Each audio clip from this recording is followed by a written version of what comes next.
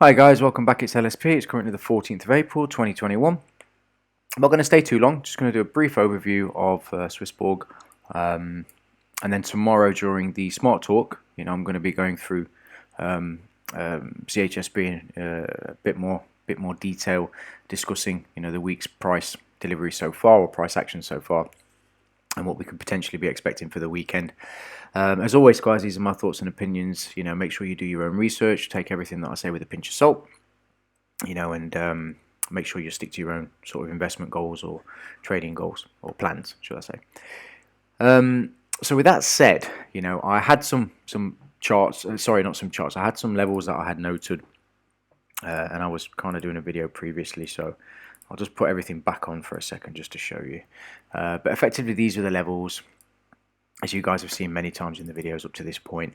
And just to keep things really sort of simple and germane to what we're doing, we had this primary liquidity pool here, and it was traded to, and we've had this sort of semi-pop here, and it kind of stayed in this area around about sort of 110 to 120, and then we've just been slowly bleeding back into this primary liquidity pool.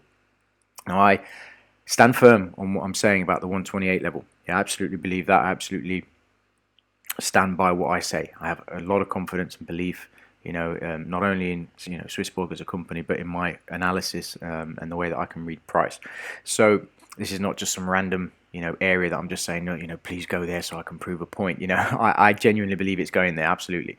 But this bleed off that we're getting was also expected, and it's not because the whole world's ended, Swissborg is finished, or anything silly like that, which I know a lot of people think, because they get all sort of, charged up and their emotions are all over the place. We have to put that to one side.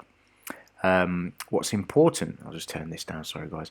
What's important to understand is that this is the normal ebb and flow of, accumulation and distribution of buy and sell orders, okay?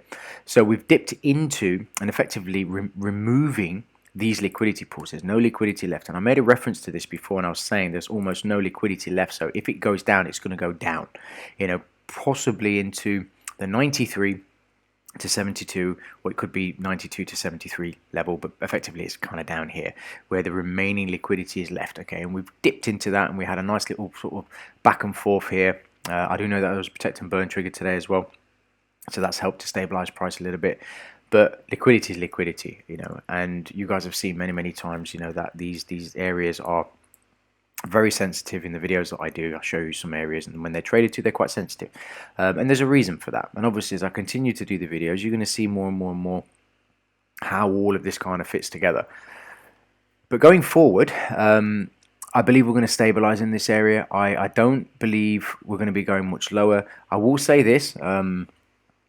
I think we're pretty much done. Even if we dip a little bit lower into the 80s or possibly that 70, down here, what we're talking, it's even lower actually. So 70, it is 72. I'm sure I got it right. It's 72 because it was on a lower level liquidity pool. So even if we dip even further around this area, once this liquidity has gone, the only liquidity left of significance in terms of rebalancing the accumulation and distribution of buy and sell, okay, orders is here. Yeah. Now, what is the let's be frank. What's the likelihood now of Swissborg coming all the way back down to 40 to 45 like 45 cents? It's almost, obviously it can happen. We know this, but it's not happening, right? Especially with the company, the way it's going, the features that are going to be released, the incentives that they have, and everything that Swissborg stands for. Okay, we're not seeing these prices down here, so we have to allow Swissborg to kind of go through its normal ebb and flow. In terms of investors, obviously investors are in this for the longer term. I've said this many times. If anybody's trading Swissborg, I would suggest you don't. Because it's not a trading vehicle. It's not something that you can kind of get in and out of, as you would say, a forex pair or a stock or something like that. We're not day trading Swissborg. We're in this for a very long time. Or at least I hope everybody can see the value in holding CHSB over the much longer term. As the company continues to unfold, and bring these new ideas and these new implementations and technologies into the crypto space. So I'm going to leave it at that, guys. Please, if you can, make sure you're around for the 6:30 tomorrow Smart Talk, which will be Thursday. I'll tell you the date as well. It'll be Thursday the 15th of April, at 6:30 on the Discord server. And I hope to see you there. Obviously, I'll be there. I'll be chatting, co-hosting with Ben.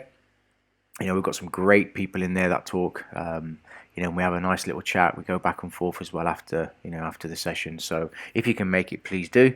And with that said, I will catch up with you tomorrow. I'll see you in the chat, and I hope everybody's had an awesome day, and I'll speak to you then. Take care.